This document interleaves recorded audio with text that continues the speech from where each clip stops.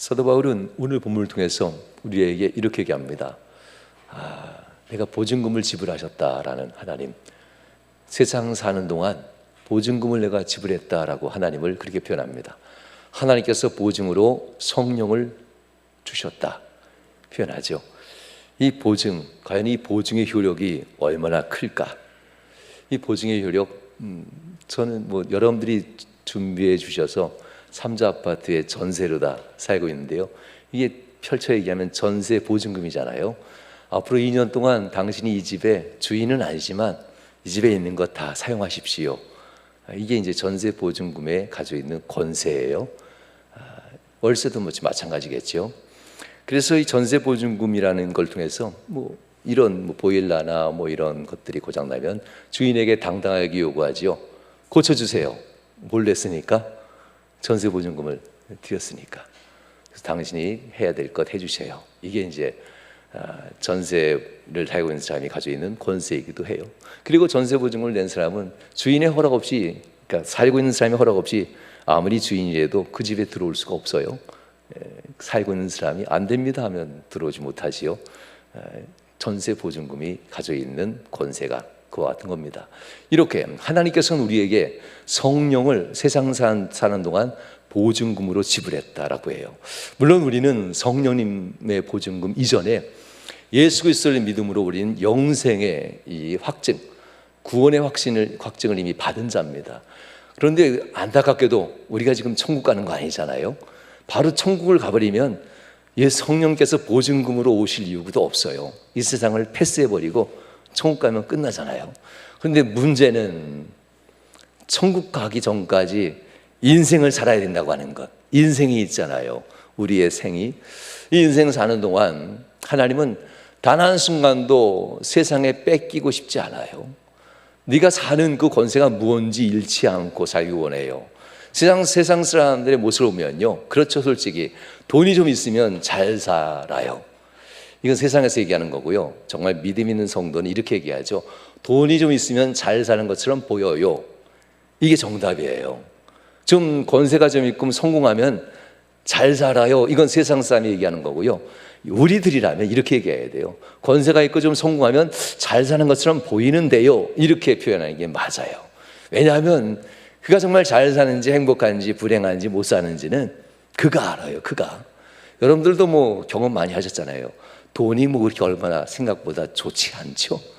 돈이라는 게 참 이게 간사해가지고 남들보다 많이 있는데 더 많은 사람보다 부족하다고 생각하는 게 돈이더라고요. 아멘 안 하는 거 보니까 맞는 것 같기도 하고요. 그죠? 없는 사람보다는 훨씬 더 많이 가졌는데 있는 사람에 비하니까 이거 뭐야 이렇게 막 되는 거잖아요. 이 돈의 간사함이 우리를 얼마나 흔드는지 우리는 잘 알고 있잖아요. 성공했죠? 회사에 출근해서 수습해서 정직원만 돼도 얼마나 좋아요. 정직원 됐는데 한 과에 팀장 되는 거 얼마나 좋아요. 그런데도 불구하고 임원이 되려고 이렇게 좀 노력하는 거 보면은 쉼이 없는 것 같아요. 하나님은 바로 이런 세상에서 요구하는 거, 성공 그리고 물질의 충만함 이런 게 행복하잖아요가 아니라 행복할 수도 있지. 이걸 이제 가르쳐 주려는 겁니다. 하나님의 보증은 물질 때문에 행복하진 않아요. 하나님의 보증은 그저 물질로 말미암아 즐겁진 않은 것 같아요. 세상 한가운데 살면서 여러분들께 오늘 부탁하고 싶은 것은 물질이나 권세나 성공이 우리에게 꼭 행복의 보증이 아니라고 하는 것.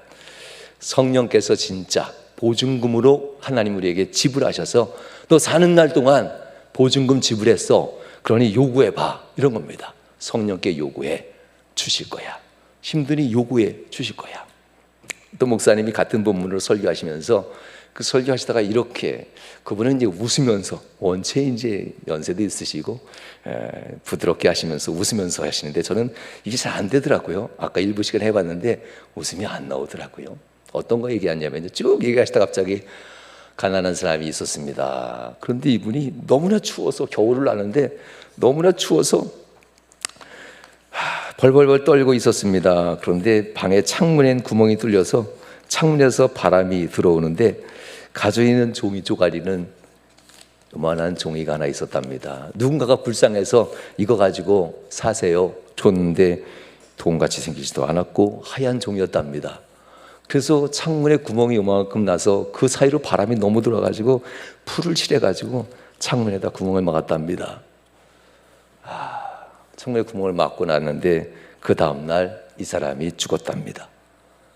사람들이 와서 이 상황을 수습하는데 창문에 막혔던 것이 팔랑팔랑하는 걸 보고 뛰어보니까 이 창문을 막았던 이게 지나가던 사람이 줬던 백지수표였답니다. 아니, 백지수표를 받아놓고도 얼어 죽었대요. 보증금을 받았는데도 불구하고 요구할 줄 몰라요. 성령이라는 보증금을 받았는데도 이 바보 같은 그리스도인들은 돈이 없어서 죽겠대요. 성령이라는 보증을 받았는데도 불구하고 이 바보 같은 그리스도인은 뒷배경, 나를 도와줄 권세자가 없고 나를 인도해줄 사람들이 없어서, 내가 아버지, 내 가정, 내 후견인들이 없어서 남들처럼 난 성공 못한대요. 백지수표를 받았는데도 이거에 모든 써서 은행에 가면 10억, 20억, 100억, 1000억 모든 구하는 대로 다 드는 게 백지수표잖아요. 줄 수 있으니까 백지수표 준 거잖아요. 성령님이 그런 분인데 여러분들 왜 그렇게 사세요? 이렇게 하면서 이제 말씀을 전하시더라고요. 현실 넘어 우리를 성령님만 볼 수 있다면, 우리의 현실에 있는 이 문제를 넘어서 보이는 것이 아닌 보이지 않는 어떠한 성령님의 은혜를 볼 수만 있다면, 하나님이 이 땅에 성령님을 보증금으로 지불하셨는데 이 땅 사는 동안 성령님이 내게 보증금이야 하면서 구해야지, 이런 마음이 있다면 얼마나 좋겠습니까? 왜 바울은 이렇게 성령님이 보증금이라고 하나님이 그렇게 보내주셨다라고 얘기했을까? 지금도 마찬가지지요. 사람들은 아무리 뛰어난 고등 지식을 가지고 있어도 과거나 지금이나 비슷한 것 같아요. 6과 0으로 구별되는 것은 사람들 생각이 똑같은 것 같아요. 과거에는 6을 얼마나 천시했는지, 특히 바울 시대입니다. 이 당시 시대 로마에 퍼져 있는 철학은 이거였어요. 영지주의라고 해요. 이 영지주의라고 하는 이것은 뭐냐면요, 이런 겁니다. 6은 썩어서 죽어간다. 6을 위한 미래의 구원은 없다, 이겁니다. 그런데 영혼은 죽으면 6으로부터 벗어나 영혼이 들어갈 미래의 구원은 있다. 당시 하나님이 아닌 이 헬레니즘 시대 세계에 있는 사람들이 가지고 있는 이 미래관이에요. 우상을 섬기던 사람들이 가지고 있는 미래관. 그래서 내 영혼이 영원한 파라다이스로 들어갈 곳은 있는데, 내 영혼을 위해서 육체가 벌어놓은 것들이 있잖아요. 내 영혼을 인도할 신들을 위해서, 우상들이죠. 그 신들이 내 영혼을 인도해 갈 텐데, 그 신들이 미래에 내 영혼이 살 곳을 집을 장만하고 땅을 장만하고 장만해 줄 거 아니에요? 더 많은 좋은 곳으로 내 영혼이 잘 살려면은 나를 구원할 신들에게 금을 바치고, 금은보화를 바치고, 때로는 없는 사람은 곡물을 준비해서 바치고, 옷을 지어서 바치고, 하여튼 뭐든 바치려고 해요. 그런데 문제는 많이 바치고 좋은 걸 바친 사람일수록 파라다이스에서 그 영혼이 잘 산다예요. 아니, 이게 정말 통했다니까요. 그래서 가난한 사람은 그러려니 해요. 다시 태어나도 다시 지옥 안 가고 파라다이스만 가도 감사하잖아요. 그래서 그곳에서 그냥 그 문턱에만 살아도 감사하니까, 가난한 사람은 예수님이 표현했던 것처럼 과부의 2렙돈 한 끼 식사잖아요. 지금으로 얘기하면 한 3,000원 빵 살 정도였으니까요. 지금 얘기하면 6, 7,000원, 8,000원까지 도 하겠네요. 밥으로 얘기하면. 하루에 한 끼 먹고 2끼를 모아가지고 신에게 가서 바치는 거예요. 내 영혼은 어차피 썩어 없어질 육체인데, 내 육체는 내 영혼이라도 빨리 가서 내 영혼이라도 파라다이스에 가야 되겠다면서 당시에 우상을 섬기는 사람들이 가지고 있던 생각이에요. 영지주의들. 그래서 육체를 함부로 굴렸어요. 육체는 썩어질 거니까 함부로 굴리고 함부로 행하고, 쾌락과 간음과 간통과 남창 여창, 요즘 얘기하는 어제 토요일 날 어제 무슨 있었잖아요. 이 말도 안 돼요. 그렇게 육체를 함부로 굴려요. 나는 여인을 사랑합니다 하면서 여자가 고백하는 내용을 가지고도 프랭카드를 걸고, 나는 남자인데 남자를 사랑합니다. 인류애로서 사랑은 가능하겠지만 과연 하나님은 허락하실까? 당시에 로마 시대에 이런 일들이 정말 비일비재했어요. 육체는 그렇게 썩어지고 없어지는 거니까 육체가 하고 싶은 대로 마음대로 쾌락을 가지고 살고, 육체는 그렇게 썩어지고 육체가 벌어놓은 금은보화로 신에게 드림으로써 내 영혼은 영원 불멸의 세계로 들어간다. 그것도 가장 좋은 곳으로. 바울은 당시의 인간 이해에 대해서 아니야 라고 합니다. 썩어질 육체가 아니다. 그 썩어질 육체가 덧입혀져서 썩지 않을 육체로 바뀌어지고 너의 영혼도 구원받고 너의 육체도 구원받는 것, 이것이 바로 예수님이 우리에게 주신 구원이야. 그러니 너희들이 세상에 가졌던 습관들 여기 가져오면 안 돼. 이런 얘기를 하는 겁니다. 요즘 시대는 어떤가요? 위치만 바뀌었을 뿐이지 똑같아요. 과거는 육체를 함부로 대했다면 요즘 시대는 육체를 거의 신성시하죠. 건강 잃어버리면 다 잃어버린 것처럼. 아이고, 성령님이 계신데도 불구하고 건강 잃으면은 파라다이스까지 잃어버리는 것처럼 두려워하는 이런 시대에 우린 살아요. 우리들은 뭐 그런 건 아니죠. 건강 잃어버리면 불편하니까 건강을 지키려고 하는 것이지, 세상 사람들은 그 건강 잃어버리면 모든 게 끝났다고 하면서 두려워해요. 정말. 여러분들은 뭐 우리 교인들도 건강 때문에 힘들어하고 질병 때문에 고통당하는 분들이 있지만 그것 때문에 벌벌벌 떨면서 구원 못 받을까, 이런 분 안 계시잖아요. 건강하면 더 좋지요. 관리하지만 우리에게는 항상 소원은 주님의 나라, 영생의 파라다이스, 천국은 하나님께 있다는 것 우리는 알기 때문에 건강 때문에 낙심하고 완전히 절망하지는 않죠. 그러나 이 시대에 사는 세상 사람들은 건강 때문에 낙심해요. 인생을 포기하기도 해요. 이 건강 때문에 그렇게 삶이 없어진다라고 생각하기도 해요. 어쩌면 건강을 더 신성시하는 시대, 육체를 더 신성시하는 시대에 우리는 살고 있는 것 같습니다. 이런 세대에서 바울은 얘기하는 겁니다. 육체가 버려질 게 아니다. 육체는 버려지는 것이 아니라 그 육체가 이 세상을 사는 동안 어려운 일 있으면 실망하지 말고 성령님 의지해봐. 이런 얘기 계속 하는 거예요. 육체를 위해서 하나님께서는 보증금으로 성령님을 지불해 주셨어. 너 월세 산다고 두려워하지 마. 한 달은 네 거야. 한 달 동안 네 거야. 다음 달 다시 하나님이 다시 지불해 줘. 너가 이 사는 동안 전세 산다고 걱정하지 마. 그 전세 주인이 따로 있지만 그 사는 동안 인연은 내 거야. 네가 육체 가운데 사는 이 세상 삶 두려워하지 마. 성령께서 너에게 보증금 지불하셨어. 성령께 구해봐. 이런 얘기를 계속하는 이야기입니다.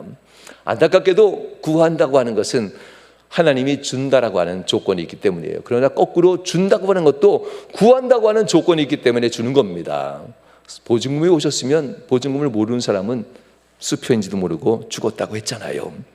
우리에게 하나님은 보증으로 성령님을 주셨다. 오늘 5장 5절 말씀인데요. 5장 5절 말씀 한번 읽어보면 이렇게 확실하게 나오죠.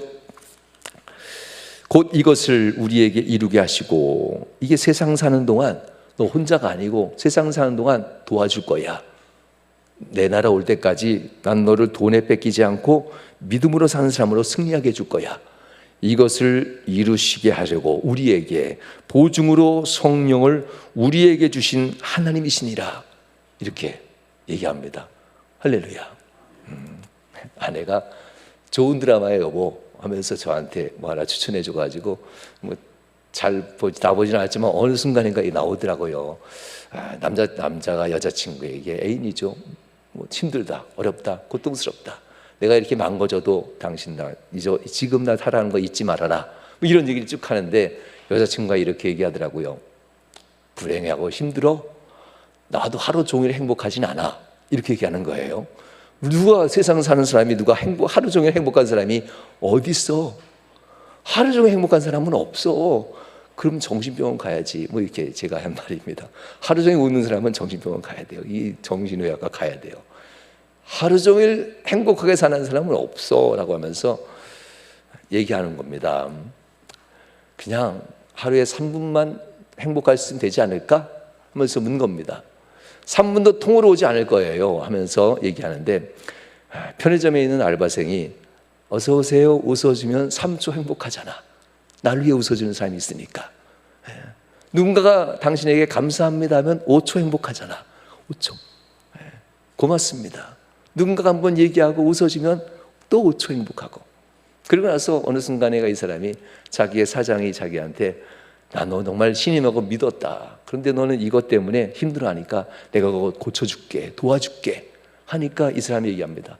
내가 사장님 때문에 지금 10초 행복하고요, 20초 행복해지고 있어요. 날 걱정해주는 한 사람이 잠깐 얘기하는 것만으로도, 그렇게 하루에 3분만 웃을 수 있어도 오빠 행복하지 않아요? 그럼 행복한 거지요 라고 얘기하는데, 여러분, 이런 행복은 굳이 드라마를 통해서 사람을 이해하는 건 아니지요. 여러분, 이거 있잖아요. 누구야? 너 힘들지? 성령님의 위로의 이 터치 한 번만으로도 여러분 하루가 아니라 일주일이 아니라 한 달도 기뻐할 수 있지 않아요? 나 힘들어요, 나 괴로워요, 나 어려워요, 나 이렇게 괴로운 가운데 살아요. 그럴 때마다 아무개야 하면서 뭐 오늘 오신 분 이름 불러드릴까요? 나연아, 너 힘들지? 김윤호 목사가 아닌 게 아니라 내 남편 김성민 하나님 은혜 주시고 복 주시고 믿음 충만히 주옵소서. 이럴 때 하나님이 나연아, 내가 네 마음을 안다. 내가 도와줄게.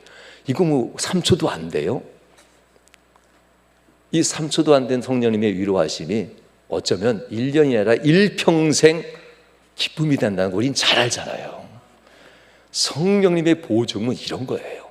세상 사는 동안 성령님의 보증금은 이런 겁니다. 구하면 성령께서 반드시 여러분들의 마음을 터치해줘요. 때로는 그 터치가 물질이 아닐 수가 있어요. 권세가 아닐 수도 있고 성공이 아닐 수도 있어요. 그러나 우리의 영혼 깊은 곳에서부터 너 힘들지, 너 힘들지, 너 눈물 내가 알아, 뭐 씻겨준다 해결해준다도 아니에요. 그냥 너 힘들지라는 말 한마디만 가지고도, 너 우는 건 내가 그 마음 알아, 이 마음 말씀 한마디만 가지고도 알지 못하는 기쁨과 알지 못하는 능력이 막 솟아난다는 것, 우리가 이것을 경험했잖아요.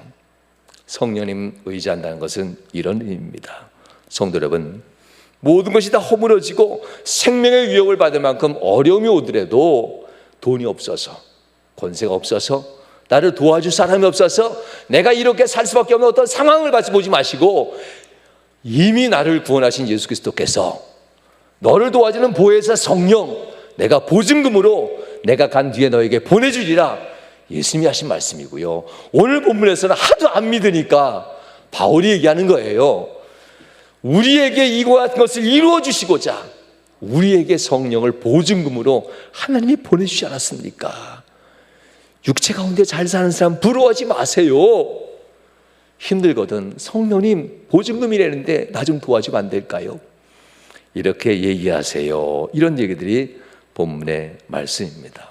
성도 여러분, 성령으로 말미암아 우리는 이 땅에 살지만 영원한 주의 나라의 소망도 잃어버리지 않을 뿐만 아니라 이 땅에 살면서 돈 때문에 괴로워하거나 돈 때문에 얽밀거나 세상 성공하고 성공하지 못하고 불행하고 행복이라고 하는 이것 때문에 우리의 영혼이 억눌리기를 성령님은 조금도 원하지 않아요. 구하십시오. 성령님 나 힘들어요. 성령님 나 정말 힘들어요. 이런 말씀 한 번만 해보십시오. 성령님이 우리 안에 임할 때에 우리의 삶의 태도가 바뀐다고 합니다. 오늘 본문 7절에서 이렇게 얘기합니다. 이는 우리가 믿음으로 행하고 보는 것으로 행하지 아니함이로다. 두 가지가 나오지요. 그러면 거꾸로 믿음으로 행하는 자는 누구고 보이는 것으로 행하는 자는 누구일까? 당시의 사람들을 생각하면 됩니다. 그러나 굳이 2000년 전까지 갈 필요 없을 것 같아요. 요즘도 보이는 것 가지고 행동하는 사람이 있어요. 또 믿음으로 행동하는 사람이 있어요.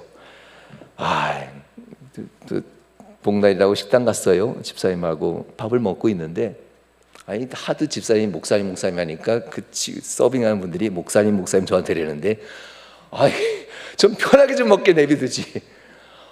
그분들이 목사님 하면서 이렇게 참 얼마나 불편했는지. 그러면서 돌아오면서 회개했어요. 야, 너 김윤호 너도 격식 꽤나 차리는구나.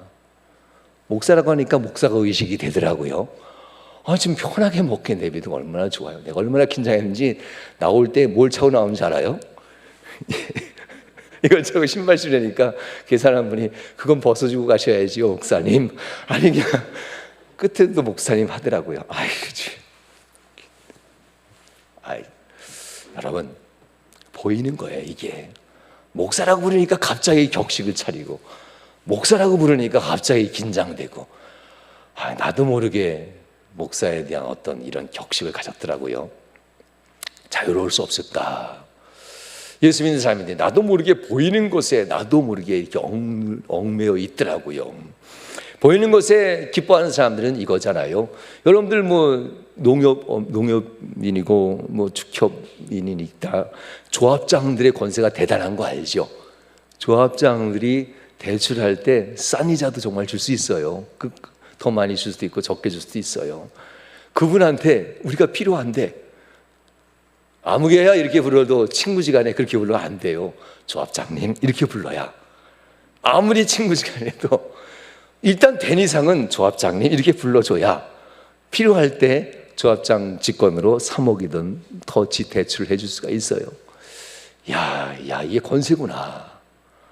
조합장님, 점장님, 지점장님, 사장님, 회장님 이거 불러줘야 세상 사람들은 뭔가 자기가 해줄 수 있는 거 해줘요. 그게 부를 때 어휴 진짜 이게 이제 올라가고 그러잖아요. 보이는 겁니다. 당시의 사람들도 누가 더 많은 것으로 신에게 드릴 수 있겠어요? 금은보화를 가진 사람이 신에게 더 많은 것을 드리겠잖아요. 그럼 그 사람들에게 금은보화를 좀 빌려서라도 내 파라다이스 영원 불멸의 세계로 난 들어가야 되는데 그 들어갈 때 그만 조금이라도 드려야 되는데 좀 많은 사람 앞에 좀 고개도 숙이면서 해야 그걸 얻어서 드릴 거 아니에요. 바울 시대 당시 때도 역시 보이는 것을 따라하는 사람이 있었어요. 믿는 사람들의 습관들이 좋지 않은 습관이 있었어요. 우상을 섬기던 이 습관이 교회 안에 고린도 교회 안에 그대로 들어왔고 좀 한다는 사람들, 많이 드린다는 사람들의 어깨가 좀 올라가고 있었어요. 이 사람들에게 좀 숙이면서 나도 좀 하나님 앞에 헌물하고 싶은데 좀 하면서 같이 좀 합시다 하면서 이런 습관들이 들어오고 있는 상태였어요. 그들이 육체에 대해서 그런 마음을 가지고 있었기 때문에 하나님이 과연 여러분 집중하십시오. 저 안 보면은 저 벌한테 쏘일지도 모릅니다. 벌이 지금 막 날아다니고 있어요. 이때쯤 되면 가끔 들어오네요. 바깥에 비가 와서 그런가요? 네, 그랬단 말입니다. 그래서 바울이 얘기하는 거예요. 차라리 나한테 오면 바울이 그런 겁니다. 걱정하지 마세요. 세상 우상들은 금은보화 바치면 파라다이스 영원 불멸의 세계에 더 좋은 자리 좋은 거 주지만 하나님은 그런 거 아니에요. 목사라고 장로라고 권사라고 기도께나 한다고 기도 그런 거 아니에요. 하나님은 당신들이 절실하고 간절하다면 이미 보증금을 다 지불해 줬는데 절실하고 간절하면 그대로 지불해 주는 분이에요. 그런 거 아니에요. 당신들의 인생은 하나님이 다시 은혜로 덧입혀서 구원한 자들이니까 성령께서 당신들은 이끌어 줄 거예요. 그러니 불신자의 모습 곧 보이는 것대로 사는 삶 살지 마세요. 물론 보이는 것 보면 부럽고 갖고 싶고 누리고 싶지만 아니에요. 거기에 빠지지 마시고 정말 행복한 것은 성령님께서 집사, 아무개 집사야, 금 집사야, 박 집사야, 이 집사야, 최 집사야, 하여튼 너 힘들지, 내가 너를 도와주마. 이 말 한마디면 되지 않을까요? 세상에서 우리는 누리려고 돈을 준비하는 것이 아니라 세상에서 주님 나라 가는 동안 노잣돈이 필요할 뿐이지 창고로 쌓아놓을 돈이 필요한 거 아니잖아요. 주님 나라 가는 동안 나그네 길인데 가는 동안 우리는 그 가는 동안에 여비가 필요한 것 뿐이지 그걸 많은 걸 싸가지고 갈 이유는 없잖아요. 성령님께서 이걸 계속 깨우쳐 준다는 겁니다. 성도 여러분, 그러므로 우리는 불신자의 삶, 보이는 삶이 아니라 믿음을 가진 자의 삶을 살아야 합니다. 바울은 고린도 교인에게 이렇게 얘기합니다. 8절로 9절 사이에 이제 믿는 자의 삶을 얘기해요. 현실도 얘기하죠. 읽어드릴까요? 함께 읽어볼까요? 8절과 9절. 우리가 담대하여 원하는 바는 차라리 몸을 떠나 주와 함께 있는 그것이라. 그런즉 우리는 몸으로 있든지 떠나든지 주를 기쁘시게 하는 자가 되기를 힘쓰노라. 믿는 자의 삶인데요, 바울이나 고린도 교인들은 알아요. 아무리 믿는 자라도 우린 천국에 간 것, 영원 불멸의 세계에 들어간 것이 아니라 이 땅에 살고 있잖아요. 육체를 가지고 있잖아요. 바울은 얘기해요. 너 육체 네 영혼으로 제어 못해. 아무리 믿음이 좋아도 그 육체의 소욕, 육체의 욕망, 육체의 쾌락에 대한 이 이끌림, 너 제어가 불가능해. 이 사망의 몸에서 누가 나를 건져내랴. 로마서 7장에 나온 고백이기도 해요. 바울조차도 아무리 고상한 지혜와 고상한 믿음을 가지고 능력을 행하는 바울조차도 내 육체의 쾌락과 육체의 한계를 나도 극복 못합니다. 그러니 하나님 어찌하오리까? 마음으로는 내 영으로는 주의 거룩한 말씀을 따르려 하는데 내 육체는 땅에 썩어질 것에 자꾸 마음이 가니 행동을 하니 오라 공관자여, 이 사망의 몸에서 누가 나를 건져내랴 하면서 얘기합니다. 그러면서 바울은 오늘 본문에서 이렇게 얘기해요. 육체에서 차라리 8절이죠. 내가 정말 담대하게 확신 있게 얘기하는데 차라리 내가 육체를 버리고 얼른 죽고 싶다.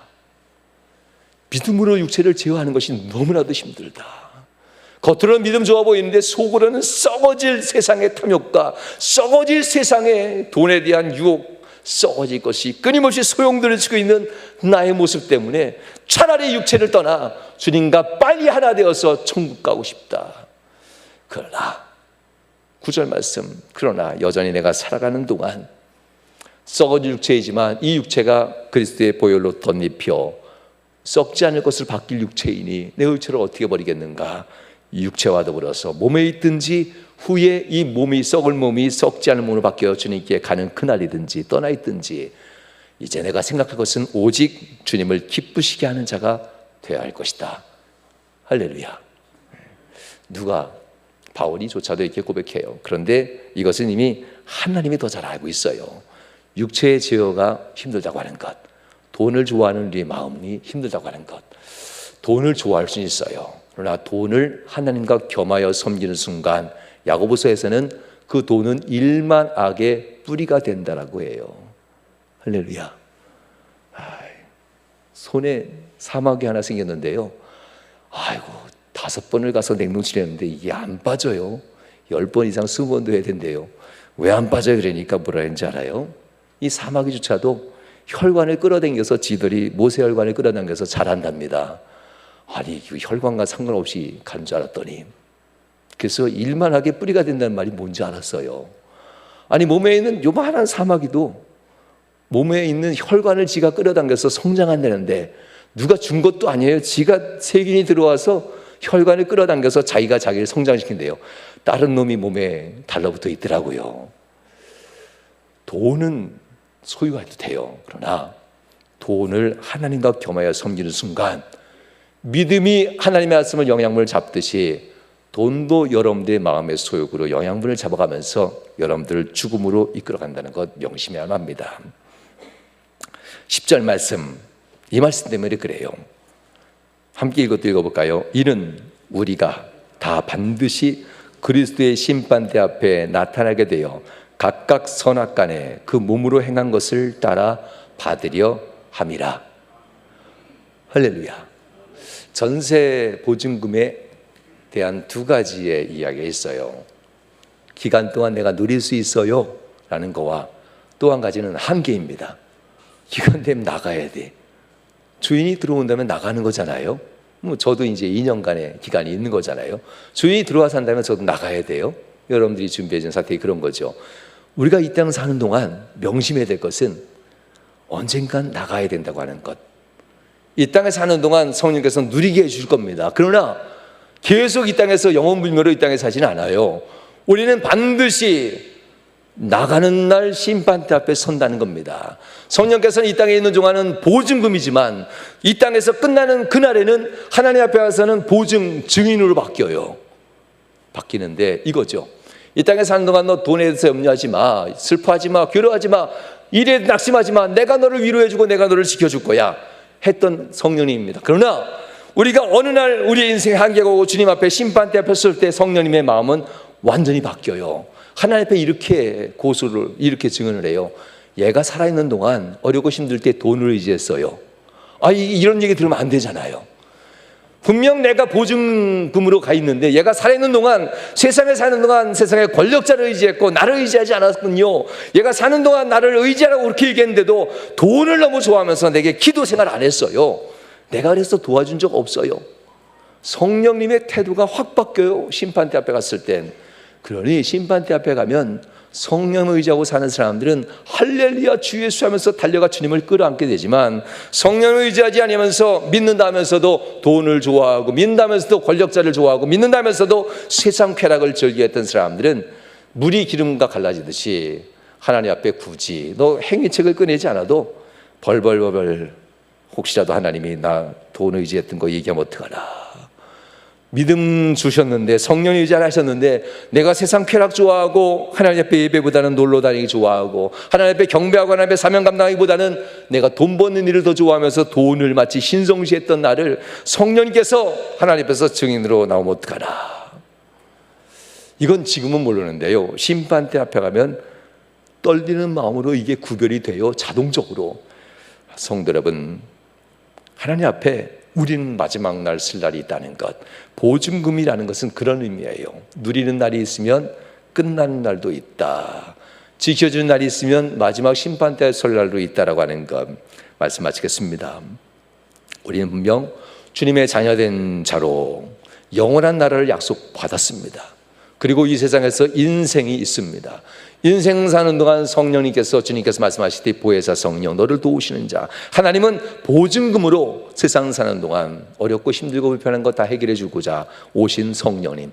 그러나 그 성령님이 한 가지, 얼마나 많이 도와주느냐, 엄청 도와줘야 천국 갈 때 이득이 많아요.